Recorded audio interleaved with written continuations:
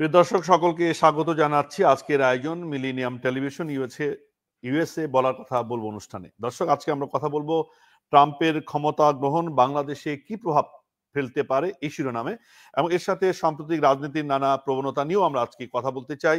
এবং আজকে বিষয়ে কথা বলবার জন্য আমাদের আমন্ত্রণে দুজন অতিথি উপস্থিত থাকছেন। স্টুডিওতে রয়েছেন জনাব মহিউদ্দিন খান মোহন, সিনিয়র সাংবাদিক, এবং আমাদের অনলাইনে যুক্ত থাকছেন জনাব ডক্টর নাজমুল আহসান কলিমুল্লাহ, চেয়ারম্যান জানিপপ।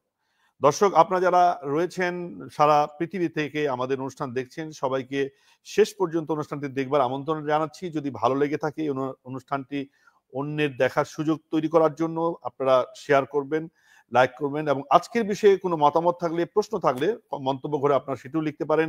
সেই মন্তব্য নিয়েও আমরা আলোচকদের কাছে ফিরতে চাই। স্যার, আপনাকে স্বাগত জানাই আজকের আয়োজনে। ধন্যবাদ। জি স্যার, সরাসরি আপনার কাছে প্রশ্ন রাখতে চাই, প্রারম্ভিক প্রশ্ন, সূচনা প্রশ্ন। সেটা হচ্ছে যে ট্রাম্প একেবারে পূর্ব দিকে সূর্য উদিত হয়, এই সত্য বাক্য যেমন, ঠিক তেমনি আমেরিকার দ্বিতীয়বারের মতো প্রেসিডেন্ট নির্বাচিত হয়ে তিনি ক্ষমতা গ্রহণ করেছেন। এবং নানা রকম আমরা আলাপ আলোচনা শুনছি, খুবই নাটকীয় ঘটনা যে তিনি ক্ষমতা গ্রহণ করার পর 100টি নির্বাহী আদেশ স্বাক্ষর করেছেন। অনেক ক্ষেত্রে নানা রকম পরিবর্তন, বৈপ্লবিক এক ধরনের রূপান্তর তিনি নিয়ে আসবার চেষ্টা করেছেন। কিন্তু সব আলোচনা ছাপিয়ে বাংলাদেশে যে আলোচনাটি হচ্ছে, যেটি আগে থেকেই সূচনা হয়েছে ট্রাম্পের বিজয়ের পর থেকে বা তার আগে থেকে, যে ট্রাম্প ক্ষমতায় এলে বাংলাদেশের রাজনীতিতে তার একটি প্রভাব ফেলবে। সরাসরি ভাবে যদি বলি যে ডক্টর ইউনূসের প্রতি একটা চাপ তৈরি হবে, এবং ট্রাম্প অনেক ক্ষেত্রে আওয়ামী লীগের যারা সমর্থক তারা মনে করেন যে তাদের অনুসারী অথবা তাদের জন্য এটি সহজ হবে। আমি একেবারে এই সাধারণ একটা কনসেপশন বা পারসেপশন দিয়েই আপনার সাথে শুরু করতে চাই স্যার, যে আপনি কি মনে করেন যে ট্রাম্প ক্ষমতায় এলো বাংলাদেশের সাথে সম্পর্কে কোন রকম পরিবর্তন সামনের দিনগুলোতে ঘটবে কিনা, এবং ঘটলে সেটি কতদিনের মধ্যে সেটা স্পষ্ট হওয়া শুরু করবে বলে আপনি মনে করেন? ধন্যবাদ। এটি ইতিমধ্যে স্পষ্ট হওয়া শুরু করেছে। আপনারা নিশ্চয়ই ডক্টর বদিউল আলম মজুমদার মহোদয়ের নামের সঙ্গে পরিচিত। নির্বাচন যেটা প্রাণ ভ্রমর, যতগুলো কমিশন আছে তার মধ্যে সবচেয়ে গুরুত্বপূর্ণ নির্বাচন সংস্কার কমিশনের তিনি পৌরোহিত্য করছেন। এই ডক্টর বদিউল আলম মজুমদারের শ্বশুরবাড়িতে মোহাম্মদপুরে আপনার তিনি একটি ক্যান্ডেল লাইট ডিনারের আয়োজন করেছিলেন, আমন্ত্রণ করেছিলেন মার্কিন তৎকালীন রাষ্ট্রদূত মার্শা বার্নাকাটকে। এবং সেই ডিনারে এসে মার্শা আক্রান্ত হয়েছিলেন। অনেক দূর পর্যন্ত বিষয়টা গড়াতে পারত, কিন্তু নানান কারণে সেটি ধামাচাপা দেওয়া হয়েছে। আর এই মার্শা বার্নাকাট, তারপরে আপনার ডোনাল্ড লু প্রমুখ ব্যক্তিবর্গের যে গড়ছড়াটা রেজিম চেঞ্জের ক্ষেত্রে গুরুত্বপূর্ণ নিয়ামক হিসেবে ভূমিকা পালন করেছে। আমাদের এখান থেকে কেউ স্পেল আউট করেননি ইমরান খানের মতো পাকিস্তানের ক্ষেত্রে যেটি ঘটেছিল, কিন্তু বিষয়টা সম্ভাব্য ভাবে কেউ না কেউ কখনো উচ্চারণ করবে সেই চিন্তা থেকে আপনার আগাম জানান দেওয়া হয়েছে যে মার্কিনীদের কোনো সংশ্লিষ্টতা ছিল না। কিন্তু রিয়ালিটি যা, সেটি তো আর শাক দিয়ে মাছ ঢাকার মতো ঢাকা যায় না। এখানে যেটা আমরা খেয়াল করলাম, এই অ্যাসেন্ডেন্সি অফ ট্রাম্প অ্যাডমিনিস্ট্রেশনের শুরুতেই আমরা দেখলাম যে মার্শা বার্নাকাটকে এবং তার আর দুই সহযোগী সহ বিদায় নিতে হলো এই পররাষ্ট্র মন্ত্রণালয় থেকে মার্কিন যুক্তরাষ্ট্র। এবং এর যে ইম্প্যাক্ট বা বার্তা সেটা পরিষ্কার। আর তার উপরে এই প্যাক, জুইশ লবি এবং ইন্ডিয়ান লবি যথেষ্ট পরিমাণে সংহত অবস্থান জানান দিচ্ছে এই প্রশাসনের সহযোগী বা সমর্থক কিংবা আপনার শুভানুধ্যায়ী হিসেবে। মার্কিন কালচারে যে টার্মটি ব্যবহার করা হয় ফ্রেন্ডস অফ, অর্থাৎ শুভানুধ্যায়ী বাংলায় যেটাকে আমরা বলছি। এবং তারা মোটামুটি একে অপরের সঙ্গে ফুটবল যেমন পাশ দিয়ে খেলা হয়, সেরকম ভাবে সেই স্পিরিটে তারা মোতায়েন আছেন। ফলে আপনার এটা খুব ভালো বার্তা বহন করে না ইউনূস রেজিমের জন্য, এটা পরিষ্কার। স্যার আপনি বলছেন যে ভালো বার্তা বহন করে না, তো আসলে খারাপ যদি হতে পারে তাহলে কোন কোন ক্ষেত্রে খারাপ হতে পারে বলে আপনি স্যার মনে করেন? একটু স্পষ্ট স্যার একটু জানতে চাই দেখুন, কি কি খারাপ হতে পারে বা কি ধরনের মার্কিনিরা প্রভাব তো পড়তে পারে? সুপার পাওয়ার, তো মার্কিনিরা যেহেতু সুপার পাওয়ার, সেই কারণে সবসময় এই টিমের পাশাপাশি বি টিমও প্রস্তুত করে রাখে। আপনারা নিশ্চয়ই IMF এ 15 বছর কাজ করেছেন, আফ্রিকার বিভিন্ন দেশে ভূমিকা পালন করেছেন, বিশিষ্ট অর্থনীতিবিদ এবং সাবেক অর্থনীতি বিষয়ে যিনি আমাদের এখানে পৌরোহিত্য করেছেন অর্থমন্ত্রী শাহ কিবরিয়া পুত্র রেজা কিবরিয়ার কথা মনে আছে। জি হাসিনা রেজিমের সময়ে তিনি উচ্চ কণ্ঠ ছিলেন আপনার এই স্যাংশন থেকে শুরু করে মার্কিনী যে হস্তক্ষেপ কিভাবে ঘটতে পারে সে ব্যাপারে।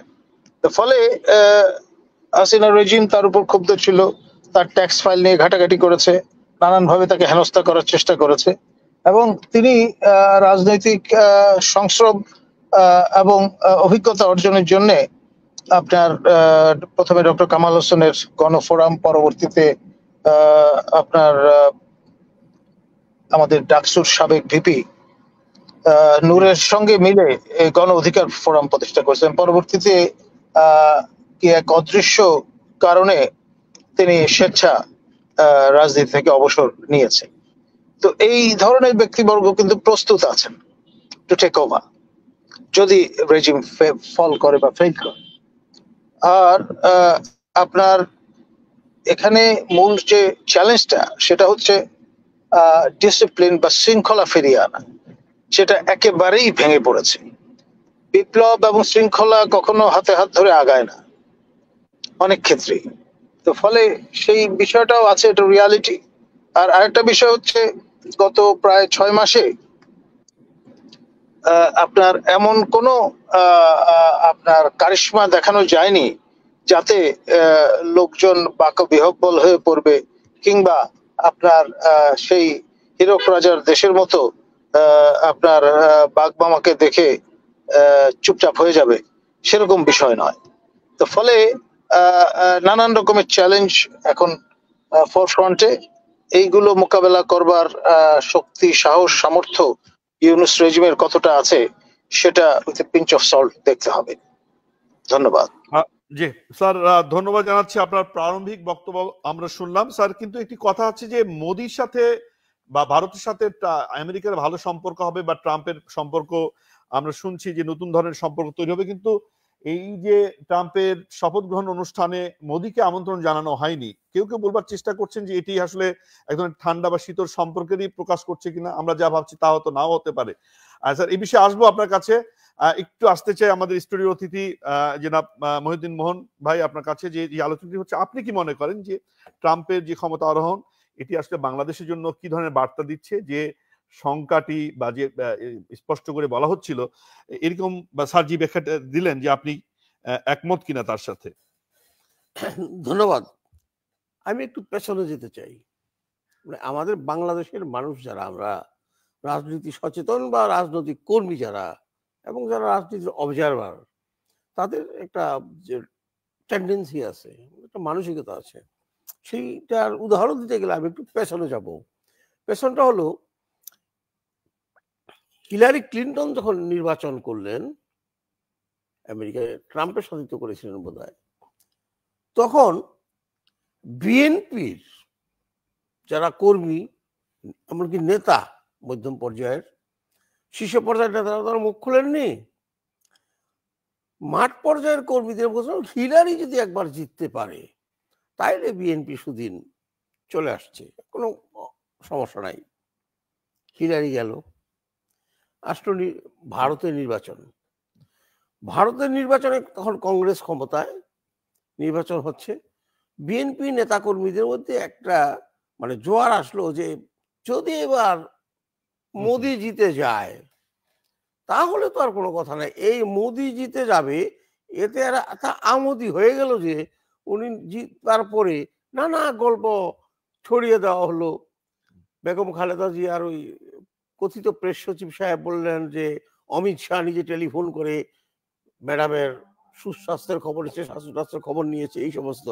ফলে আমাদের দেশের মানুষের একটাই হলো কি, বড় কোনো দেশের একটা নির্বাচন হলে, সরকার পরিবর্তন হলে তারা আগেই একটা ক্যালকুলেশন করে যেটা কোন দলের পক্ষে যাবে, কোন দলের পক্ষে যাবে। এখন রাজনৈতিক দৃষ্টিকোণ থেকে আপাত, আমি আপাত শব্দটা ব্যবহার করছি, আপাত অদৃশ্য আওয়ামী লীগ, ট্রাম্প তাদেরকে কি টেনে নিয়ে আসবে রাজনৈতিক মঞ্চে? আওয়ামী লীগের যারা আশাবাদী, ফেসবুকে লেখালেখি দেখে বুঝি আর কি, তারা খুব উৎসাহিত, নিয়ে আসবে? কখনো না। আমেরিকানদের একটা নীতি হলো একেবারে অবিচল সব সময়, ওরা ওদের দেশের স্বার্থ ছাড়া পৃথিবীর কোথাও একটা পা দেয় না। বাইডেনেরও ঠেকা পড়ছিল না যে বিএনপিকেই রাখতে হবে ক্ষমতায়, বা ট্রাম্পেরও কোনো ঠেকা নাই যে আওয়ামী লীগকে বাংলাদেশের ক্ষমতায় আনতে হবে। সুতরাং আমি মনে করি বাংলাদেশের রাজনৈতিক যে ঘটনাবলী, সেগুলো আমাদের দেশের যে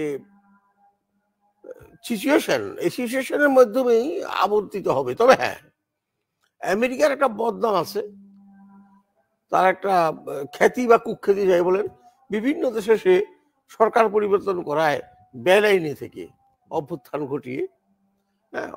ঘটিয়ে বাংলাদেশও ঘটিয়েছে, কিন্তু তারা এটা স্বীকার করেনি। তারা অফিশিয়ালি বলেছে যে বাংলাদেশের এই রেজিম পরিবর্তনের সাথে আপনি কি কখনো দেখেছেন খুনি খুন করে স্বীকার করেছে যে আমি খুন করেছি, একমাত্র পাগল ছাড়া? পাগল খুনি যদি হয় সে বলবে হ্যাঁ আমি খুন করেছি। এসব কি কেউ করে? আমেরিকা কখনো স্বীকার করবে না। কিন্তু এই সমস্ত দেশের অভ্যুত্থান বলেন, গোয়েন্দা সংস্থাগুলোর ইতিহাস পড়েন, দেখবেন যে তারা এগুলো ঘটায়। তো বাংলাদেশের এখন যে জনসমর্থিত এই সরকার, এই সরকারে তো কোনো দল নাই, কোনো দলের সমর্থন নাই। আছে দলের সমর্থনগুলো আছে, এনটি আওয়ামী লীগ দলগুলোর সমর্থন আছে এই সরকারের উপরে। তারপর সবচেয়ে বড় সমর্থন হলো জনসমর্থন।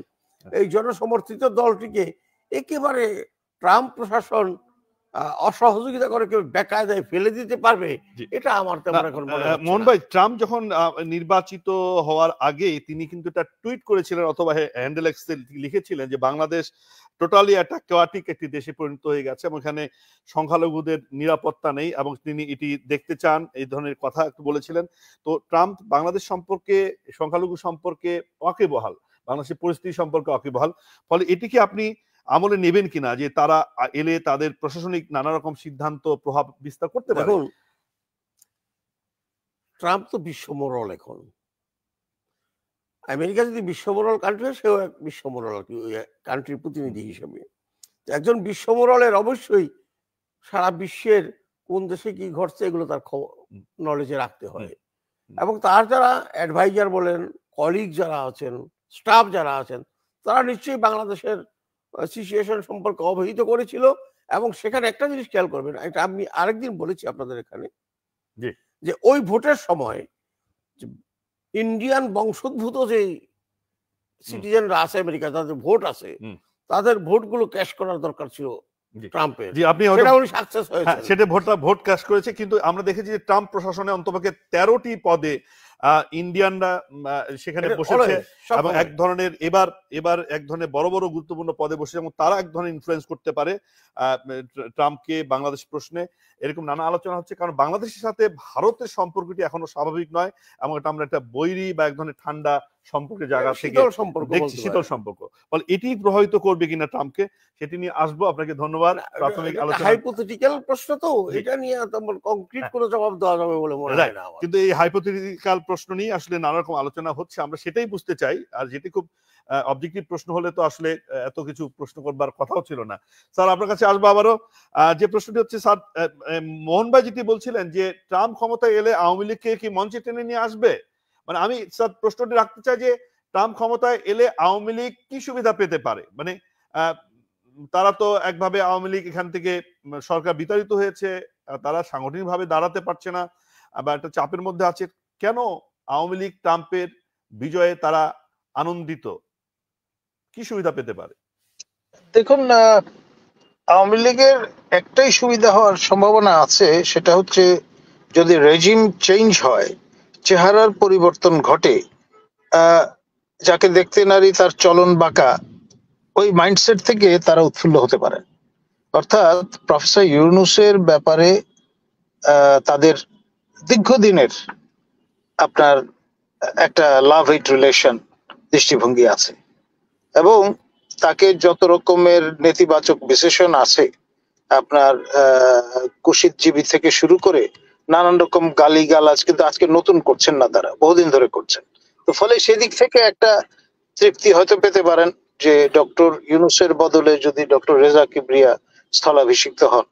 এক, দ্বিতীয়ত যেহেতু সরকার প্রধান হিসেবে ডক্টর ইউনূস এখন আছেন, তিনি যদি বিদায় নেন তাহলে পুরো সরকারই তো খোলনৈচে সহ পাল্টে যাবে। তো ফলে নতুনতর মুখ যদি আসে, সেটা একটা তাদের মনোবল চাঙ্গা করতে পারে।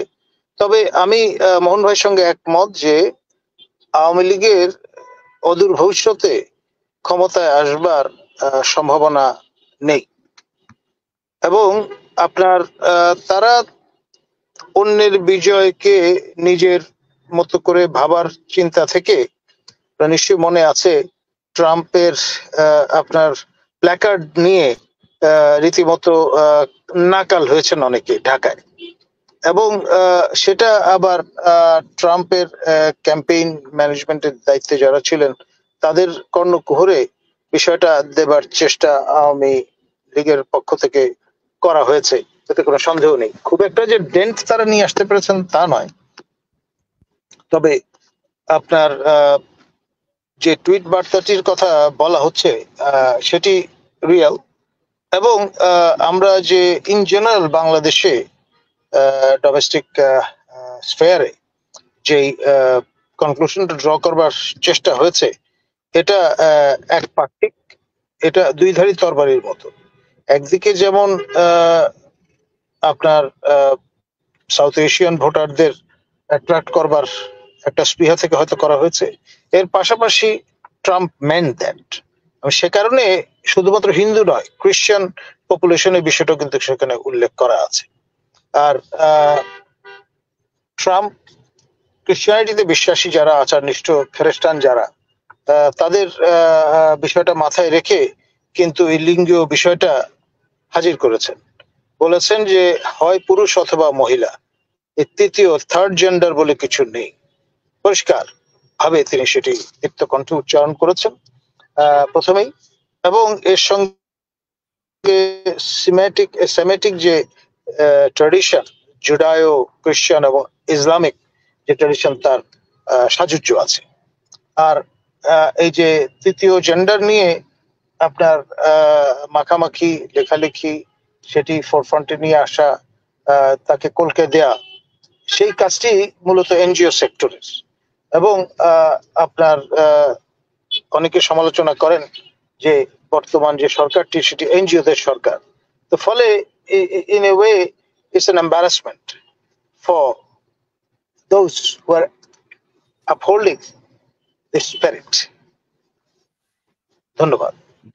জি স্যার, একটু সম্পূরক প্রশ্ন করতে চাই যে আপনি রেজা কিবরিয়ার কথা দুবার উচ্চারণ করলেন, যে রেজা কিবরিয়াকে সামনে এনে একটা রেজিম পরিবর্তন বা তাকে ডক্টর ইউনূসের বিকল্প হিসেবে সামনে আনা হতে পারে বা আসতে পারে, এরকম সম্ভাবনার কথা বললেন। স্যার, এটা তথ্যসূত্রটি কি? রেজা কিবরিয়া তো গত 7 মাস থেকে বা বেশ কিছুদিন থেকে তিনি কিন্তু নিষ্প্রভ, এবং তিনি কিন্তু আমাদের সিনে নাই, কোনো রাজনৈতিক সিনে নাই। শেখ হাসিনার একটা সময় ছিলেন তার শাসন আমলে, আর 7 মাসের মাথায় এই ধরনের গণভুত্থানের মধ্য দিয়ে জন অভিপ্রায়ের একটি সরকার, এবং সেটি ডক্টর ইউনূস, তিনি আন্তর্জাতিকভাবে নন্দিত নোবেল বিজয়ী, আমেরিকার সাথে তার ভালো সম্পর্ক, আমেরিকার নানা লবির সাথে তার ভালো সম্পর্ক হলে তাকে রিজিম চেঞ্জ করে আমেরিকা এমন কিছু ভাবতে পারে, এটা আসলে কতটা স্যার, এটি কপল কল্পিত নাকি এখানে বাস্তবতার কোনো কিছু উপাদান আছে? আপনার তথ্যসূত্র স্যার কি? দেখুন, আমরা তো একটা বিশ্লেষণের মধ্যে আছি, আর রেজিম চেঞ্জ কখনো আপনার ঘোষণা দিয়ে হয় না। এক, পাকিস্তান তার সবচেয়ে বড় দৃষ্টান্ত আমাদের বাড়ির কাছে। আর পাকিস্তানের যে লিগেসি সেটা কিন্তু very much part of our fate, এবং সেই কারণে বারংবার কিন্তু আমাদের এখানে সেই ট্র্যাডিশন অনুসারে সেনা হস্তক্ষেপ আমরা লক্ষ্য করেছি। মার্শাল রুল জারি হয়েছে পরোক্ষ প্রত্যক্ষ ভাবে, এবং এখন এই যে রেজিমটি ক্ষমতায়, এটার যে বিপ্লব 6 তারিখের বদলে কেন 5 তারিখে অনুষ্ঠিত হলো বা সংগঠিত হলো, সেটা যদি অনুসন্ধান করেন তাহলে পরিষ্কার বুঝবেন যে জেনারেল ওয়াকারুজ্জামান, আমাদের মাননীয় সেনা প্রধান, তিনি যখন দরবার করে এই ঐকমত্যে পৌঁছালেন যে আমাদের নিরস্ত্র জনগণের উপরে সেনাবাহিনী লাইভ অ্যামুনিশন ব্যবহার করবে না, পিরিয়ড। এবং এটা ছিল স্পষ্ট বার্তা, এবং এই বার্তা পেয়ে যারা আন্দোলনের সংগঠক ছিলেন তারা 6 তারিখ থেকে বিপ্লবটা এগিয়ে 5 তারিখে নিয়ে এসছেন। এই গ্যারান্টি ক্লজটা ছিল যে কোনো অবস্থায় সেনাবাহিনী অন্তরায় হয়ে দাঁড়াবে না। তো ফলে আপনার এখানে শেখ হাসিনা প্রণীত যে সংশোধনগুলো আমাদের মহান সংবিধানে সন্নিবেশিত হয়েছিল, আপনার মৃত্যুদণ্ডের মতো বিষয়, সেটাকে উপেক্ষা করেছে কিন্তু আমাদের দেশপ্রেমিক সেনাবাহিনী, এবং তারা ফ্যাসিলিটেট না করলে অগাস্ট বিপ্লব মাঠে মারা যায়, কোনো সন্দেহ নেই। কলিমুল্লাহ ভাই, আপনি একজন ডক্টর রেজার কথা বললেন, তা আমি তো মনে করি আরেকজন ডক্টর আমার সামনে আছেন, ডক্টর নাজমুল হাসান কলিমুল্লাহ, তিনি নয় কেন? জি, মানে আপনি আমরা এবিসি বলছি স্যার। না, আমি এই জন্য বলছি, রেজা ভাই আপনার ব্রিটেন ইনস্টিটিউশনের রিপ্রেজেন্টেটিভ এনিওয়ে, এবং আপনার বর্তমান রেজিম এখন যে ইমেজ সংকটে আছে, এটার মূল কারণ যে প্রত্যাশাটা ছিল যে প্রফেসর ইউনূসের কারণে প্রচুর ইনভেস্টররা অ্যাট্রাক্টেড হবে এবং টাকার দুধ নহর বইবে বাংলাদেশে, সেটা কিন্তু ঘটেনি। বেসিক্যালি প্রফেসর ইউনূস অর্থনীতিবিদ হলেও তিনি কিন্তু সোশ্যাল বিজনেসের লোক, সেক্টর আলাদা, তার ধ্যান অনুকম্পা সংশ্লিষ্ট বিষয়। আর একদম ক্লাসিক্যাল ইকোনমিক্স নিয়ে ডিল করার লোক হচ্ছেন আমাদের ডক্টর রেজা কিবরিয়া, এবং আমাদের দেশ থেকে বাঙালি মুসলমান যে কয়জন অক্সফোর্ডে পড়াশোনা করতে গেছেন, আমার জানা মতে একমাত্র তিনি প্রথম শ্রেণী প্রাপ্ত ব্যক্তি। এমনকি আমাদের ডক্টর কামাল হোসেনের মতো ব্যক্তি তিনি 3য় শ্রেণী পেয়েছেন। উইথ ডিউ রেসপেক্ট, আমাদের সাবেক পররাষ্ট্র প্রতিমন্ত্রী আবুল হাসান চৌধুরী 3য় শ্রেণী প্রাপ্ত মানুষ, এবং তার এই 3য় শ্রেণী পাওয়া সত্ত্বেও কতটা ধার, সেটা যারা তাকে ব্যক্তিগতভাবে চেনেন জানেন তারাই বলতে পারবেন। তো ফলে এক্সেলেন্সের যে ব্যাপারটা সেটা একটা আছে, আর দ্বিতীয়ত তার যে গ্রুমিং এবং তার যে ক্লাউড এবং তার যে সংশ্লিষ্টতা, তার কোনো বিকল্প এই মুহূর্তে ক্রেডিবল বিকল্প আছে বলে আমি মনে করি। ধন্যবাদ। জি, খুবই অভিনব তথ্য স্যার, আপনাকে ধন্যবাদ। আবারও আসবো আপনার কাছে, আরো কিছু আমাদের প্রশ্ন আছে জানবার এবং বিশ্লেষণ শুনবার। ধন্যবাদ জানাচ্ছি। মোহন ভাই, আপনার কাছে যে মন্তব্য, স্যারের মন্তব্যের প্রেক্ষিতে আপনি কিছু বলবেন কিনা, যে আর ধরনের রেজিম চেঞ্জের কথা তিনি বলছেন?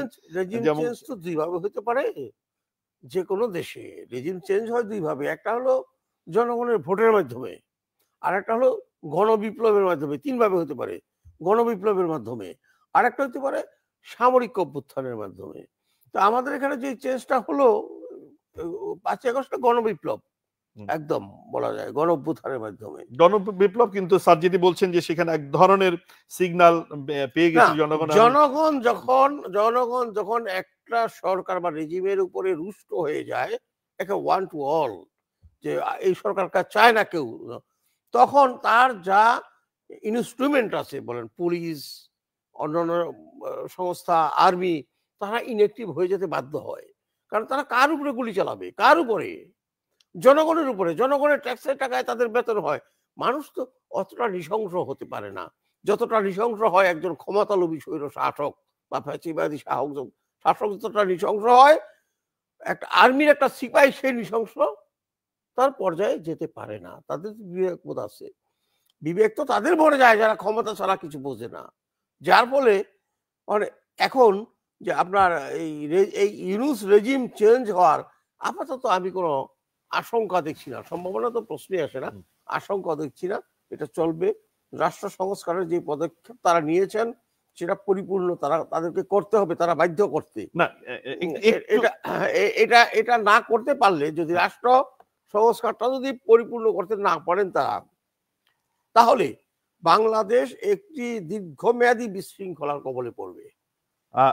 মোহন ভাই, কিন্তু আপনি যদি বলছেন যে এই ইউনূস সরকারকে যারা ক্ষমতায় আনলো ছাত্র জনতা এবং পরবর্তীতে সকল রাজনৈতিক দল, আওয়ামী লীগ এবং তার জোট বাদে এই সরকারকে সমর্থন জানিয়েছে আমরা দেখছি, কিন্তু অনেকেই বলছেন যে দেশের যে পরিস্থিতি, যে আইন শৃঙ্খলা পরিস্থিতি, দ্রব্যমূল্যের ঊর্ধ্বগতি, আমাদের অর্থনৈতিক যে পরিস্থিতির কথা, এবং আসলে সংস্কারও যে গতিতে এগুচ্ছে, তো সেটি আসলে খুব বেশি আশাব্যঞ্জক নয়। তো আসলে না, আমি সেটি, এবং নির্বাচন নিয়েও কিন্তু আমরা দেখছি যে নির্বাচন কবে হবে, যদি নানা রকম সময়ের কথা বলা হচ্ছে, হ্যাঁ সেটি নিয়ে অনিশ্চয়তার কথা কেউ বলছে। আমি মনে করি না যে ওই টাইমে নির্বাচন হবে। আমার প্রশ্নটি হচ্ছে যে তাহলে আসলে আপনি যেটি বলছেন যদি ব্যর্থ হতে থাকে সকল ক্ষেত্রে, তাহলে এই সরকার শেষ পর্যন্ত পরিস্থিতি সামাল দিতে পারবে কিনা? আমি এখনো এই সরকারের মোটা দাগে কোনো ব্যর্থতা দেখি নাই কেন? সংস্কারের কথা যদি ধরেন, সংস্কার কিন্তু 800 মিটার স্প্রিন্টের দৌড় না। 800 মিটার একটা দৌড় দিতাম না আমরা, যে কে আগে যেতে, অত দ্রুত তো দৌড়াবে না। এটা 2 মাসের না বা 2 বছরেরও না, এটা চলমান প্রক্রিয়া। তাদের চলমান প্রক্রিয়া। এটা হলো আমাদের রাজনীতিবিদদের একটা মানে এমন টার্ম তারা ব্যবহার করেন সবকিছুতে, চলমান প্রক্রিয়া। মনে হয় তাদের বাড়ির এই ভাত রান্নার ব্যাপারটা চলমান প্রক্রিয়া, এটা তো চলতেই থাকবে। আরে ভাই, আপনি চলমান প্রক্রিয়া বলে যে এখন ইউনূস সাহেবের হাতটা লুলা করে দিতে চান যে তারা যেন না আগায় বা না কাজ করে, এটা তো ঠিক না। আপনার চলমান প্রক্রিয়া অবশ্যই আসে, যখন আবার ডিমান্ড করবে সংস্কার করতে হবে তখন এটা চলমান প্রক্রিয়া ধরে নেবেন। কিন্তু এই মুহূর্তে যে সংস্কারের কথা আপনারা সবসময় বলছিলেন যে প্রধানমন্ত্রীর ক্ষমতা কমাতে হবে, রাষ্ট্রপতি প্রধানমন্ত্রীর মধ্যে ক্ষমতার ভারসাম্য আনতে হবে, রাষ্ট্রনীতিতে চেঞ্জ করতে হবে, এইগুলো তো না।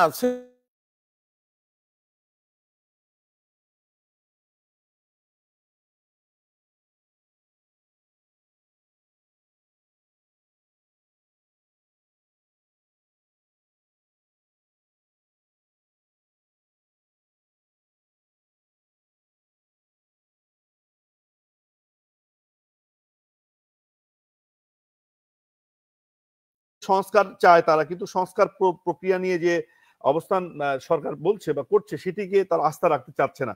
এমন কেউ বলছে যে সংস্কারের নামে ক্ষমতাকে প্রলম্বিত করা, বিলম্বিত করার এক ধরনের কৌশল অবলম্বন করছে কিনা সরকার। আমি আজকে একটু বক্তব্য রাখতে চাই, মানে উদ্ধৃত করতে চাই যে বিএনপির মহাসচিব তিনি একটি বক্তৃতায় বলেছেন যে অনির্বাচিত সরকারের চেয়ে যে কোনো ভাবে নির্বাচিত সরকার কি বলে যে সেটি ভালো ভালো ভালো। এই বক্তব্যটাকে আপনি কিভাবে নিচ্ছেন? ভিডিও ক্লিপটা আমি দেখেছি, এই কয়েক সেকেন্ডের, বেশি না, 10-20 সেকেন্ডের ভিডিও ক্লিপ। সেখানে উনি বলেছেন, কবে কোথায় বলেছেন আমি জানি না, মনে হলো আজকে হয়তো, যে কোনো অনির্বাচিত সরকারের চাইতে যে কোনো নির্বাচিত সরকার ভালো, কারণ তাদের ওখানে অ্যাক্সেস থাকে, কথা বলা যায়। মির্জা আলমগীর সাহেব আমার খুব ঘনিষ্ঠ মানুষ এক সময়, এবং অত্যন্ত শ্রদ্ধাভাজন ব্যক্তি আমি তাকে মনে করি।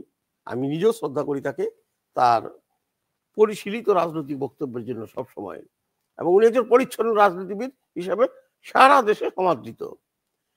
এইটা উনি কি বললেন, নির্বাচিত সরকার তো গত 15 বছর আওয়ামী লীগও ছিল, যে কোনো ভাবে নির্বাচিত সিল মারা ছিল তাদের গায়ে, কতটা অ্যাক্সেস ছিল তাদের সেখানে, কি কথা বলতে পেরেছেন তারা, ভুলে গেলেন আলমগীর সাহেব? 6 মাসে ভুলে গেলেন? আমার আশঙ্কা হচ্ছে কবে আলমগীর সাহেব না হোক, তার কোনো কলিগ হয়তো বলে আওয়ামী লীগই ভালো ছিল এই সরকারের চাইতে। কিন্তু এখন কত রাজনীতিবিদদের কথা, তাদের এই বক্তব্য কেন এই সময়ে, কেন এই বক্তব্য আসছে, আমি সেটাই বলছি।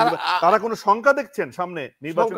শঙ্কা একটাই, হ্যাঁ শঙ্কা আছে তাদের সামনে। আমি মনে করি একজন রাজনৈতিক কর্মী হিসাবে বা রাজনীতির একজন পর্যবেক্ষক হিসেবে দূর থেকে আমি একটা শঙ্কা তাদের মধ্যে জাগ্রত হয়েছে, এটা আমার মনে হচ্ছে আর কি। সেটা হলো, তারা ভাবছে নতুন প্রজন্মের একটা দল চলে আসবে এবং সেই দলের সাথে তাদের দলের কিছু লোক যোগ দিবে যারা বঞ্চিত, অবহেলিত, বহিষ্কৃত এবং যারা এই তারা তাদেরকে বাদ দিয়েছেন, তারা যদি যোগ দেয় সেই নতুন দলটায় রাখেন, তাহলে ওই দলটা একেবারে ফুটিং ছাড়া দল হবে তা না, ওর দলটা একটা ভালো প্ল্যাটফর্ম সেখানে তারা শক্ত প্রতিদ্বন্দ্বী হিসেবে দাঁড়াতে বিএনপির সামনে দাঁড়াতে পারে, সাথে যদি জামায়াত সহ অন্যান্যরা জোট বাঁধে।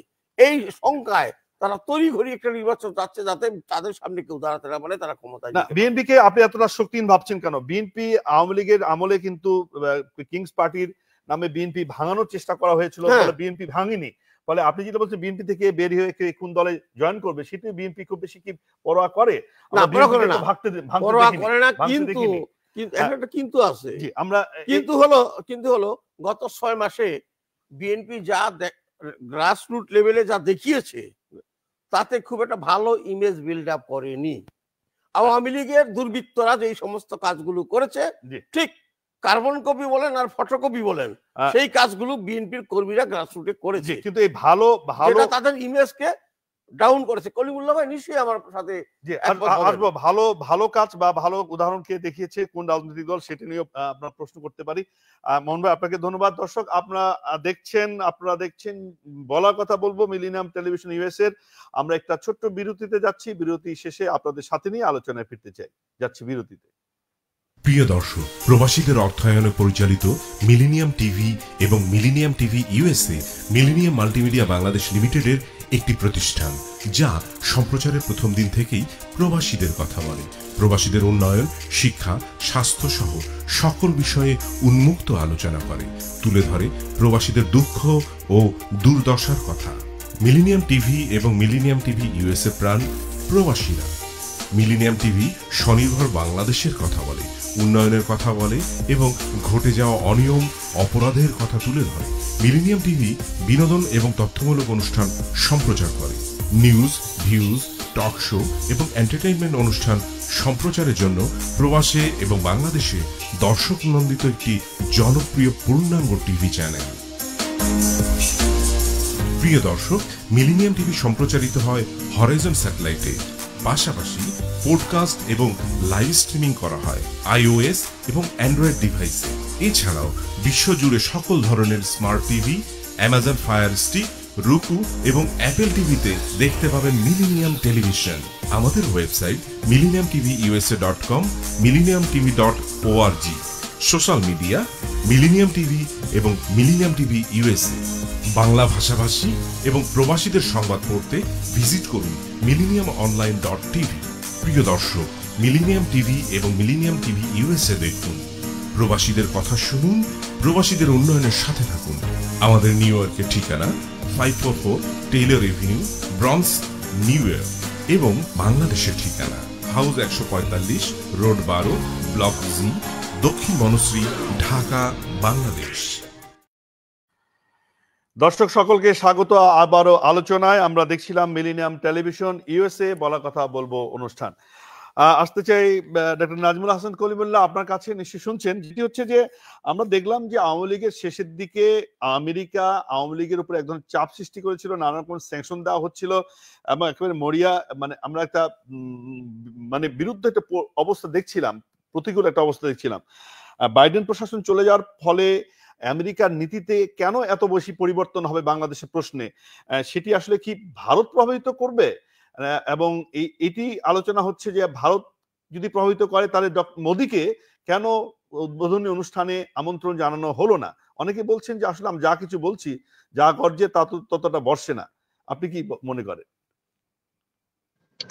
ধন্যবাদ। দেখুন, মার্কিন যে বাইপার্টিজান অ্যাপ্রোচ এবং দুটো যে দল, ডেমোক্রেট এবং রিপাবলিকান, উভয় দলের দুটো থিঙ্ক ট্যাঙ্ক এনডিআই এবং আইআরআই, এদের সঙ্গে আমাদের দীর্ঘদিনের কাজ করার অভিজ্ঞতা আছে এবং মূলত আইআরআই বা রিপাবলিকানদের আমি আমন্ত্রণ করে বাংলাদেশে নিয়ে এসেছিলাম যে একতরফা এই টার্ফ এখানে বিদ্যমান। তো সেই জন্যে আপনার আমরা জানি পপের সঙ্গে পার্টনারশিপে আইআরআই কে নিয়ে অনেকদিন ধরে কাজ করেছি দেশের ভেতরে এবং বাইরে। আর আমাদেরই পরামর্শে presidential hopeful republican candidate senator John McCain তাকে 111-এর সময় আমরা 48 ঘন্টার জন্য বাংলাদেশে নিয়ে এসেছিলাম, এবং তার এই আগমন বাংলাদেশের ভবিষ্যৎ রাজনীতি যে ডিরেকশন সেটাতে গুণগত পরিবর্তন নিয়ে এসেছিল। আপনার তৎকালীন সরকার প্রধান ফখরুদ্দিন সাহেব, তারপরে আমাদের তৎকালীন সেনাপ্রধান জেনারেল মাইনুদ্দিন, এবং আমার শ্রদ্ধেয় প্রিয় শিক্ষক ডক্টর এটিএম শামসুল হুদা, যিনি নির্বাচন কমিশনের নেতৃত্ব দিচ্ছিলেন, এই তিনজনের সঙ্গে 48 ঘন্টায় 1-to-1 বৈঠক করে গতিপথটা পাল্টে দিয়েছিলেন।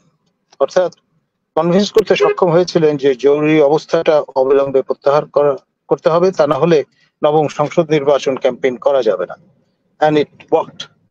আর কোন অবস্থায় 30শে ডিসেম্বরের পেছনের বা পরে ঠেলে নেওয়া যাবে না নবম সংসদ নির্বাচন। সে কারণে 29 ডিসেম্বর তারিখে নবম সংসদ নির্বাচন অনুষ্ঠিত হয়েছিল। এখন রিপাবলিকানদের সে মনন মেজাজ এবং তাদের যে কাজের ধারা সেটি অনেক বেশি পরিষ্কার স্পষ্ট, বিশেষ করে ট্রাম্পের নেতৃত্বে এটি গুণগত একটা নতুন মাত্রা কিন্তু যুক্ত করেছে। আপনার নিশ্চয়ই খেয়াল আছে ট্রাম্প সমর্থকরা কিভাবে হাউস অফ কমন্সে গিয়ে হাজির হয়েছে, কংগ্রেসে গিয়ে হাজির হয়েছিলেন এবং পায়ের উপর পা তুলে বিশ্ববাসীকে যে চিত্রটি উপহার দিয়েছিলেন সেটা খুব বেশি দিন আগের কথা নয়। তো সেই জন্য ট্র্যাডিশনাল যেই ব্যাখ্যাগুলো আছে তার সঙ্গে গুণগত পরিবর্তন আসবে গ্লোবালি, এবং সেটির প্রক্রিয়া ট্রাম্প মহোদয় ইতিমধ্যে জানান দিয়েছেন। একটা বড় বিষয় সেটি হচ্ছে রিড্রয়িং অফ দ্য ওয়ার্ল্ড ম্যাপ। তিনি ইতিমধ্যে ব্যক্ত করেছেন কানাডার, তারপরে গ্রিনল্যান্ড, পানামা খাল, এইগুলো নিয়ে তার অবস্থান। আর এর পাশাপাশি তার পরম মিত্র আপনার নেতানিয়াহুর যে সরকার, লেভেন্টে ইসরায়েল লার্জার একটা ইসরায়েল হিসেবে আবির্ভূত হতে চলেছে। রিভার নাইল থেকে শুরু করে টাইগ্রিস ইউফ্রেটিস পর্যন্ত পুরো এই যে জায়ান ল্যান্ড, সেটি রিয়ালিটিতে রূপান্তরিত হওয়ার প্রথম ধাপ আপনার এই সিরিয়া দুই ভাগ হওয়ার একটা প্রক্রিয়ায় আছে। অর্থাৎ সাউদার্ন সিরিয়া ফার্মলি ইসরায়েলের অঙ্গীভূত হয়ে যাবে এবং উত্তর সিরিয়া যুক্ত হবে টার্কির সঙ্গে বা তুর্কিয়ার সঙ্গে। এবং এই যে স্কিমটা সেটার সঙ্গে যুক্ত গাজা ক্রাইসিস, এটা মানব শূন্য করে ফেলার যে চেষ্টা, এবং তার পাশাপাশি লেবাননে আপনার যে স্ক্যারমিশ ইত্যাদি। এবং আপনি নিশ্চয়ই ভুলে যাননি যে আমাদের প্রতিবেশী রাজ্য মিজোরাম এবং মণিপুর থেকে মানাসা ব্রিগেড, অর্থাৎ জীবনী মানাসা যে লস্ট ট্রাইব 2700 বছর আগে 11 থেকে সেখানে স্থিত হয়েছিল, তারা গিয়ে সরাসরি গাজা এবং আপনার লেবানন ফ্রন্টে যুদ্ধ করেছে, 1000 খানেকেরও বেশি যোদ্ধা। এবং এই যে সম্পর্কগুলো সেগুলো আপনি হুট করে তুড়ি দিয়ে উড়িয়ে দেবেন কি করে? এই বিষয়গুলো কিন্তু রিয়ালিটি। সুতরাং সবগুলো বিষয় কগনিজেন্সে নিয়েই কিন্তু আমাদের ইনফারেন্স ড্র করতে হবে। ধন্যবাদ। জি স্যার, একটু প্রশ্ন রাখতে চাই যে ভারতের এক্ষেত্রে কি ভূমিকা পালন করবে ভারতের সাথে বাংলাদেশের বর্তমান সম্পর্কটাকে আপনি কিভাবে দেখছেন? যে ডক্টর ইউনূসের 7 মাস অতিবাহিত হচ্ছে, সম্পর্ক কি ভালোর দিকে যাওয়ার কোনো সম্ভাবনা আছে সামনের দিনে? সেখানে শেখ হাসিনাকে ভারত কি আদৌ ফেরত দেবে কিনা? যদি না দেয় তাহলে আসলে কোন দিকে যাবে গতিমুখ? দেখুন, আমাদের মাননীয় উপদেষ্টা, আমাদের অনুযোগ প্রতিম সহকর্মী আসিফ নজরুল ঘোষণা করেছেন যে রেড অ্যালার্ট জারি, এবং তাকে প্রত্যার্পণের জন্য যা যা আইনগত ব্যবস্থা করা দরকার সেটি চূড়ান্তভাবেই সরকার করছে। আর এর পাশাপাশি আপনি যদি খেয়াল করেন, আনপ্রেসিডেন্টেড ভাবে প্রথমবারের মতো ভারতীয় সেনাবাহিনী প্রধান তিনি একটি বক্তব্য হাজির করেছেন। সেখানে পরিষ্কার বলেছেন যে বাংলাদেশের সঙ্গে সম্পর্ক উষ্ণ হবে কি হবে না সেটা নির্ভর করছে বাংলাদেশে রিপ্রেজেন্টেটিভ ধরনের সরকার ক্ষমতায় আসছে কিনা বা আছে কিনা। তো এই যে বার্তাটা সেনা প্রধানের মাধ্যমে যে প্রদান করা হলো is part of military diplomacy, এবং তার কাউন্টার পার্ট কিন্তু আমাদের general Waker on the ground. আর এটা ভুলে গেলে চলবে না যে শেখ হাসিনা আমাদের সাবেক প্রধানমন্ত্রী, তাকে কিন্তু আমাদের সেনা হেফাজতে একটি সামরিক ঘাঁটিতে নামিয়ে দিয়ে আসা হয়েছে ভারতে। সুতরাং আমরা যেই গুলি বচনই আওড়াই না কেন, ব্যক্তিগতভাবে আমি যেটা রিয়ালিটি বস্তুনিষ্ঠতার সঙ্গে সেটাই বলবো। ইন এ ওয়ে হাসিনা আপনার ভারতের জন্য একটা বার্গেনিং চিপ, এবং একই রকম অবস্থায় আপনার যদি আমরা পুরনো ইতিহাস ঘেটে দেখি, আয়াতুল্লাহ রুহুল্লাহ খোমেনির অবস্থাটা চিন্তা করেন, তিনি ফ্রান্সে মোতায়েন ছিলেন, ইরাকে মোতায়েন ছিলেন, এবং ভবিষ্যতে আমি মনে করি না যে আয়াতুল্লাহ রুহুল্লাহ খোমেনির মতো ক্যারিশমা শেখ হাসিনার আছে। কিন্তু যে বিষয়টা আমরা এখানে গুলি বচন আওড়াচ্ছি, তার সঙ্গে এই ভারতীয় সেনা প্রধানের যে বক্তব্য, এবং সেই সঙ্গে আমাদের যে এয়ারক্রাফটটা, সামরিক এয়ারক্রাফটটা শেখ হাসিনাকে নিয়ে গিয়েছিল দিল্লির সন্নিকটে, সেটি কিন্তু নিরাপদে ক্রু সহ আবার ফেরত এসছে। সুতরাং is very much part of military diplomacy, nothing else. Thank you. জি, কিন্তু রাজনীতির এই জটিল আবর্তে মিলিটারি এই ডিপ্লোমেসি কতটা ভূমিকা রাখতে পারবে বা গতিমুখ নিয়ন্ত্রণ করতে পারবে সেটি নিয়ে প্রশ্ন বিতর্ক আছে। খোমেনির মতো বিদেশ থেকে বিপ্লবের মানে লগ্নে দেশে ফিরবেন শেখ হাসিনা, সেটি কি আদৌ সম্ভব কিনা সেই প্রশ্ন নিয়ে একটু আসতে চাই। আপনি থাকুন সাথে। জি, যেটি বলছিল যে এখানে যে বার্তাটি দিচ্ছেন, বলছিলেন যে এক ধরনের বাংলাদেশের সেনাবাহিনী, ভারতীয় সেনাবাহিনী যে বক্তব্য দিয়েছেন, রিপ্রেজেন্টেটিভ গভর্নমেন্ট যত তাড়াতাড়ি সম্ভব বাংলাদেশের জন্য সেটি ভালো, এবং তারা নির্বাচন চেয়েছেন। মানে তারা কি ইঙ্গিত করছেন যে রিপ্রেজেন্টেটিভ গভর্নমেন্টের মধ্যে আওয়ামী লীগকেও রাখতে হবে, এরকম কি আপনি মনে করেন? দেখুন, আসলে কলিমুল্লাহ ভাই তো অনেক অভিজ্ঞ মানুষ, চমৎকার বিশ্লেষণ করেন, বিশ্লেষণ করেছেনও। স্বপ্ন দেখতে তো দোষ নাই, স্বপ্ন দেখতে আপনার অসুবিধাটা কি? হ্যাঁ, ওটা বাস্তব হতে হবে। বাংলাদেশের যে বর্তমান রাজনৈতিক যে পরিস্থিতির একটা বাস্তবতা, এই বাস্তবতায় শেখ হাসিনা এবং আওয়ামী লীগ অপাঙ্ক্ত হয়ে গেছে। এদেশের মানুষ, সংখ্যাগরিষ্ঠ মানুষ খুব সহসা এদেরকে আর গ্রহণ করবে না। কিন্তু আওয়ামী লীগের একটি বড় সমর্থক গোষ্ঠী আছে, ঐতিহাসিক একটি দল, বাংলাদেশের সবচেয়ে ভারত উপমহাদেশের পুরনো একটি দল। আমাকে শেষ করতে দেন, আমি তো বক্তা, আপনি তো শ্রোতা। সেই প্রশ্নটা জবাব চাই আপনার কাছে। সেনা প্রধান যে বক্তব্যটা রেখেছেন, আমরা সবাই এটা জেনেছি, শুনেছি, পড়েছি। এটা অনধিকার চর্চা বলবো আমি, রাজনৈতিক স্ট্যান্ড থেকে আমি বলবো এটা অনধিকার চর্চা। এবং আমি বুঝলাম না বাংলাদেশ গভর্নমেন্ট কেন এটার প্রতিবাদ করলো না। ভারতের পররাষ্ট্রমন্ত্রী যদি এটা বলতেন, মিস্টার জয়শঙ্কর বোধহয়, উনি যদি বলতেন, মোদী সাহেব না বলুক, যে বাংলাদেশের সাথে আমাদের সম্পর্ক আরো উষ্ণ হবে যদি একটা জনপ্রতিনিধিত্বমূলক সরকার ক্ষমতায় আসে বাংলাদেশে। সেটা তো কোন দলের, সেটা দরকার নাই, নির্বাচিত সরকার আসলে। ভারতের সেনাবাহিনী প্রধান তো এই কথা বলার এখতিয়ার রাখে না। এটাই তো ইঙ্গিতপূর্ণ না, এখতিয়ার রাখে না। এটা ইঙ্গিতপূর্ণ কি? যদি ভারতের সেনাবাহিনী প্রধান মনে করেন তার একটা বিশাল বাহিনী আছে ভারতে, তাদের মনে রাখতে হবে যে বাংলাদেশের মানুষ কিন্তু এখন আর আগের মতো নাই। এদেশের স্বাধীনতা সার্বভৌমত্বকে রক্ষার জন্য, অক্ষুণ্ণ রাখার জন্য তারা কিন্তু যে কোনো মুহূর্তে বাঘের ভূমিকায় নামতে পারে। সুতরাং ভারতীয় সেনাপ্রধানের এই বক্তব্যের একেবারে সরকারিভাবে প্রতিবাদ হওয়া উচিত ছিল আমাদের, কিন্তু গভর্নমেন্ট কেন করে নাই সেটা আমার জানা নাই। বক্তব্যটা দেখে আমারই ইয়ে হচ্ছে যে সেনাপ্রধান কেন বক্তব্য রাখবে? আমাদের সেনাপ্রধান তো ভারতের রাজনীতি সম্পর্কে, বা আমাদের সাথে ছোট রাষ্ট্র আছে, মনে করেন নেপাল আছে, ভুটান আছে, ওদের সম্পর্কে তো আমাদের সেনাপ্রধান কোনো বক্তব্য রাখে না। সেনাপ্রধানরা চায় শুভেচ্ছা সফরে যায় বিভিন্ন দেশে, তারা দ্বিপাক্ষিক বিষয়ে কথাবার্তা বলে, বন্ধুত্ব উষ্ণ করার কথা বলে। এই রাজনৈতিক বক্তব্য রাখাটা হলো, এখানে হইল যে বিগ ব্রাদার যে শব্দটা, টার্মটা আছে, সেটার প্রমাণ। ভারত যে আমাদেরকে তাদের ওই করদ রাজ্য মনে করে অ্যাকচুয়ালি মনে মনে, সেটার প্রমাণ হলো ভারতীয় সেনাপ্রধানের এই বক্তব্য। আমরা নিন্দা জানিয়েছি, আমরা নিন্দা জানাই, কিন্তু সরকারিভাবে এটা সরকার কেন প্রতিবাদ করলো না সেটা সরকার জানে। আমি তো ভাবছিলাম ভারতীয় বিশ্লেষক হিসেবে না আপনি বলুন না যে- ভারতীয় হাই কমিশনারকে ডেকে তার প্রতিবাদ করা উচিত ছিল পররাষ্ট্র মন্ত্রণালয়ে ডেকে, যেটা উনি বলতে পারেন না। তো আমি সরকার কেন করে নাই, না কয়েকটি ঘটনা তো আমরা দেখেছি যে ফেন্স দিচ্ছে ইয়েতে আমার সীমান্তে, সেই হ্যাঁ, বিষয়ে দেখেছে, তবে কথা বলেছে। আমার মনে হয় খুব বেশি ভদ্রতা দেখালে কিন্তু পরবর্তীতে পস্তাতে হবে। একটা গল্প বলি ছোট্ট, গল্প তো একটা ছোট্ট একটা 2 মিনিটের মধ্যে।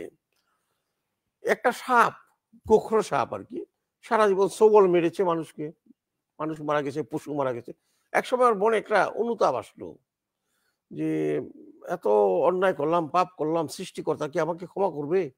তো যেই বনে থাকতো আর কি, ওই বনে এক দরবেশের কাছে গেল। দরবেশকে বলল যে আমি তো অনেক পাপ করছি, মানুষ মেরে ফেলাইছি, সবল দিয়া, পশু মারছি, আমাকে আমার উদ্ধারের উপায় কি? আমি এই পাপ মোচন কিভাবে হবে? দরবেশ বলল, তুই যখন অনুতপ্ত হয়েছিস, সৃষ্টিকর্তা নিশ্চয়ই তোকে মাফ করে দেবেন, তবে এখন থেকে তুই আর সবল দিস না। সাপটা ভালো হয়ে গেল, সবল দেয় না, মানুষ ওর শরীরের উপর পা দেয়, আটকে ওঠে, সাপ চলে যায়। এভাবে হইতে হইতে হইতে কেউ আর এখন সাপটাকে ভয় পায় না। তো একদিন ওই বনের ধারে এক মাঠে ছেলেপেলেরা খেলছিল ফুটবল, সাপটা ওখান থেকে পার হচ্ছিল, ছেলেপেলেরা ফুটবল রেখে সাপটাকে ফুটবল বানিয়ে ফেললো।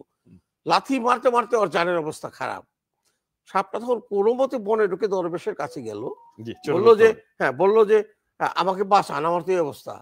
কি হয়েছে ঘটনা বললো, বললো যে এই বেটা, তোকে তো আমি সবল দিতে না করছি, ফুস করতে তো না করি নাই, ফুস করতে দোষ নাই। আমাদের শক্তি সামর্থ্য যাই থাকুক, আমাদেরকে প্রতিবাদটা করতে হবে লাউডলি, লাউডলি, যে আমরা একটা স্বাধীন জাতি, আমরা একটা স্বাধীন দেশের নাগরিক, আমাদের উপর কর্তৃত্ব ফলাবার চেষ্টা কেউ করবে না। এটা লাউডলি বলতে হবে, যেই সরকারি ক্ষমতায় থাকুক, ইউনুস সরকার থাকুক আর কলিমুল্লাহ সাহেবের সরকার থাকুক, যেই সরকারি থাকুক, ফুস করতে হবে, হ্যাঁ, at least ফুস করতে হবে। জি ঠিক আছে, আপনি বললেন ওই যে যেটা বলছিলেন যে আওয়ামী লীগের মানে বাস্তবতা একটি, কিন্তু আওয়ামী লীগের যে সমর্থক আছে, যে প্রশ্নটি আমি করেছিলাম, যে আপনি একটু আমাকে থামিয়ে দিলেন, বলুন সেটি। দেখুন, বিএনপির কর্মী সমর্থক কি কম ছিল? গত নাই, ছিল না, এখনো নাই, কম নাই, কিন্তু আওয়ামী লীগ বিএনপি কিন্তু কর্মী গ্র্যাজুয়ালি কিন্তু বাড়ছে সমর্থক, আওয়ামী লীগের দুঃশাসনে বাড়ছে। আওয়ামী লীগেরটা কিন্তু কমছে, তাদের কীর্তিকলাপের জন্য কমছে, কমতে কমতে এখন তাদের 35, এখন হয়তো 25 এসে পৌঁছেছে। ওই 25 আবার কারা সক্রিয় হবে তার কোনো ঠিক নাই। ফলে এই মুহূর্তে আওয়ামী লীগ আনসিন একটা পার্টি, বাংলাদেশের রাজনৈতিক দৃশ্যপটে তারা নাই, চলে গেছে। সহসা শেখ হাসিনা ওখানে বসে বাংলাদেশের রাজনৈতিক দৃশ্যপট পরিবর্তন হবে। আপনার কিওয়ার্ডটা আমি পেয়ে গেছি, আসতে চাই স্যার আপনার কাছে, যে আওয়ামী লীগ এই মুহূর্তে বলছে যে আসলে দৃশ্যপটে নাই। আপনি কি মনে করেন ভবিষ্যতে আওয়ামী লীগের রাজনীতি কতটা সুযোগ আছে বাংলাদেশে? সামনে নির্বাচনে কি আওয়ামী লীগ ছাড়া একটি গ্রহণযোগ্য নির্বাচন হতে পারে কিনা, বা এই নির্বাচনকে বিশ্ব পরিষদ অনুমোদন দেবে কিনা? দেখুন, এটা তো সরল অঙ্ক নয়। বিষয় যেটি সেটি হচ্ছে আওয়ামী লীগের নেতৃত্বে যদি পরিবর্তন না নিয়ে আসা যায়, এবং আপনার এই যে উত্তরাধিকারের যে রাজনীতি, এই বিষয়টা যদি অবসলিট না হয়, তাহলে আপনার স্পেস এনশিওর করা মুশকিল হবে। প্লুরাল স্পেস যথার্থভাবে যদি মেনটেন করতে হয়, গত 3টি নির্বাচন 14, 18 এবং 2024-এর নির্বাচন পার্টিসিপেটিভ ছিল না, এবং ফল্টি ছিল অ্যাকর্ডিং টু গ্রামা অফ জেন্ডাম প্রিন্সিপাল। যেহেতু বিএনপি সমমনা দলগুলো বিরত থেকেছে বা বয়কট করেছে বা প্রতিরোধ করবার চেষ্টা করেছে সেই নির্বাচনগুলো, একই রকম বিষয় ফোরফ্রন্টে চলে আসবে। আওয়ামী লীগ এবং তার মিত্ররা যদি আপনার সুযোগ না পায় বা বয়কট করে বা বিরত থাকে এই নির্বাচন, সামনের নির্বাচনগুলো থেকে অংশগ্রহণ করা থেকে। তো ফলে যেই যুক্তিতে আমরা 14, 18 এবং 24-এর নির্বাচনকে ফ্ল বলেছি, অর্থাৎ ত্রুটিপূর্ণ বলেছি, একই রকম যুক্তি তখন বিশ্লেষকরা হাজির করবেন।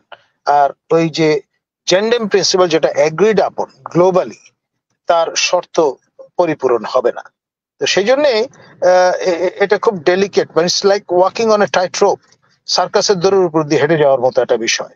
এবং ইউনুস রেজিমের স্থলে যদি ভিন্ন রেজিম দায়িত্ব নেয়, তারা হয়তো এই নির্বাচনকালীন সরকার হিসেবে ভূমিকায় যাবেন এবং তারা আমার ধারণা সর্বাত্মকভাবে সকল স্টেক হোল্ডারকে অন বোর্ড নিয়ে একটি অবাধ, সুষ্ঠু, নিরপেক্ষ নির্বাচন নিশ্চিত করার ব্যবস্থা করবেন। ধন্যবাদ। জি, চমৎকার স্যার, আবারও ইঙ্গিতপূর্ণ বক্তব্য আপনি দিলেন যে ইউনিট সরকারের বিপরীতে আরেকটি রেজিম এলে এবং সেখানে একটা ন্যাশনাল কনসেনসাসের মধ্যে দিয়ে সকল পক্ষকে নিয়ে নির্বাচন করবে এমন একটি বলছেন। যে আপনার ধন্যবাদ। আমরা দেখতে চাই আসলে সময়ের সাথে কি হয়। খুবই উদ্দীপনামূলক মানে আপনি বক্তব্য রেখেছেন। ধন্যবাদ স্যার। আসবো মোহন ভাই, যেটি হচ্ছে যে ওই যে আওয়ামী লীগকে বা তার জোটকে যদি বাইরে রাখা হয় তাহলে এই নির্বাচনটা ত্রুটিপূর্ণ হবে, স্যার যেটি বলছেন, যে কারণে আওয়ামী লীগকে সমালোচনা করা হচ্ছে বা আওয়ামী লীগ গণতন্ত্রকে ধ্বংস করেছে, ফলে আওয়ামী লীগকে বাইরে রাখার কোনো সুযোগ নাই নির্বাচন থেকে, এমনটি বলবার চেষ্টা করছে। ভালো নির্বাচন যদি। ধন্যবাদ। ওই আপনি খুব উৎফুল্ল কলিমুল্লাহ ভাইয়ের কথা শুনে আর কি, যে আওয়ামী লীগ নির্বাচন না উৎপন্ন অভিনব বক্তব্য, এই কারণে আমি বললাম যে স্যার যেটি বলছেন যে এটা সময় বলে দিবে, আমার ব্যক্তিগত তুল্যতার কোনো প্রশ্ন নেই এখানে।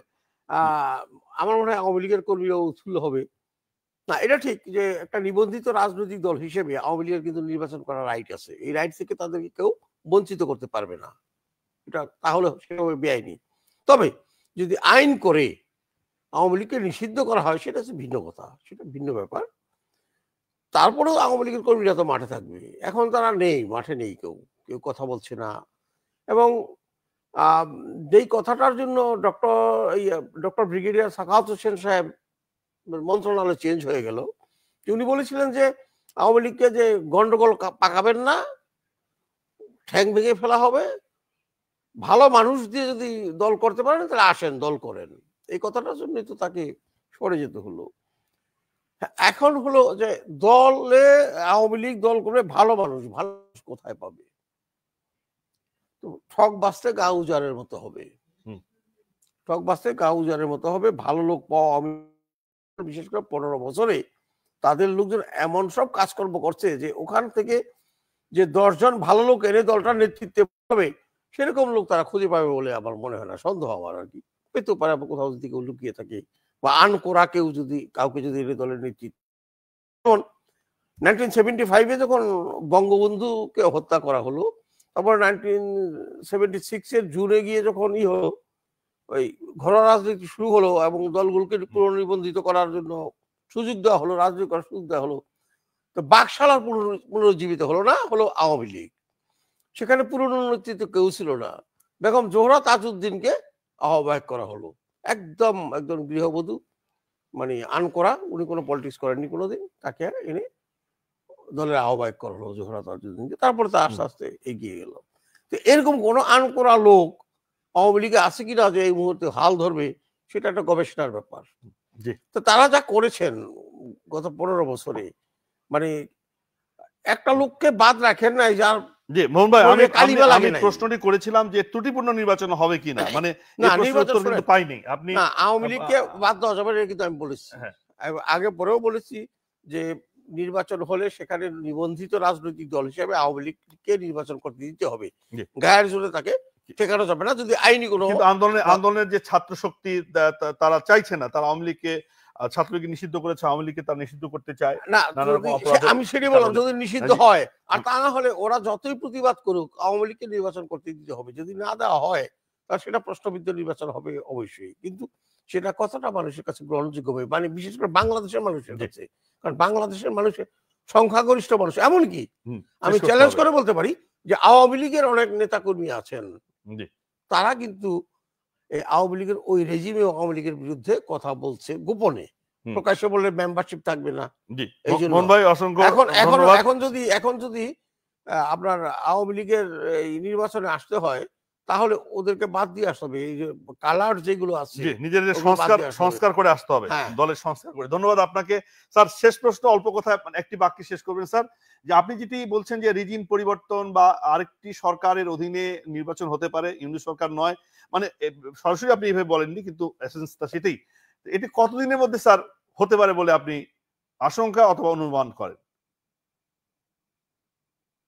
দেখুন, ঢাকার বাতাস ভারী হয়ে আছে এই আশঙ্কায় যে কোনো সময় আপনার জরুরি অবস্থা জারি হতে পারে, এবং জরুরি অবস্থা জারি হওয়া টা হবে এক ধরনের প্রিলুড টু রেজিম চেঞ্জ। একেবারে সাদা কালো ভাষায় বিষয়টা এইরকম। আর আপনার জরুরি অবস্থা জারি করার বৈধ ক্ষমতা মূলত মহামান্য রাষ্ট্রপতি শাহাবুদ্দিন মহোদয়ের, এবং যে কোনো ব্যক্তিকে তিনি আহ্বান করতে পারেন সরকার গঠনের জন্য, যে কোনো ব্যক্তিকে সরকার প্রধান হিসেবে বরখাস্ত করার এখতিয়ারও তার আছে। ধন্যবাদ। তো তাতে কি স্যার একটা বড় রেজিস্ট্যান্সের মুখে পড়বে কিনা, মানে একেবারে অভ্যুত্থানের 5 মাস 6 মাসের এসে প্রতি বিপ্লব বা এই ধরনের একটা রেজিম চেঞ্জ, এটি কি আসলে কতটা জানি না স্যার। কারণ যে রেজিমটি সম্ভাব্য স্থলাভিষিক্ত হতে পারে সেটা definitely not necessarily pro Awami League হবে, very much part of the এই যে কারেন্ট যে স্পিরিটটা প্রিভেইল করছে এটাকে ধারণ করেই হবে। আওয়ামী লীগ, সেটাকে ধারণ করবেন যারা, তারাই সম্ভবত স্টেপ ইনটু এই জায়গাগুলোতে। অসংখ্য ধন্যবাদ স্যার আমাদের সময় দেওয়ার জন্য। মিলেনিয়াম টেলিভিশনকে সামনের আয়োজন আপনাকে পাবো সে প্রত্যাশা রাখি, আপনাকে ধন্যবাদ জানাচ্ছি। মোহন ভাই আপনাকেও অসংখ্য ধন্যবাদ চমৎকার আলোচনা করার জন্য। দর্শক যারা ছিলেন, শুনেছেন, দেখেছেন, মন্তব্য করেছেন, সকলকে ধন্যবাদ জানিয়ে শেষ করছি। আগামী আয়োজন দেখবেন সেই প্রত্যাশা। ভালো থাকুন, শুভরাত্রি।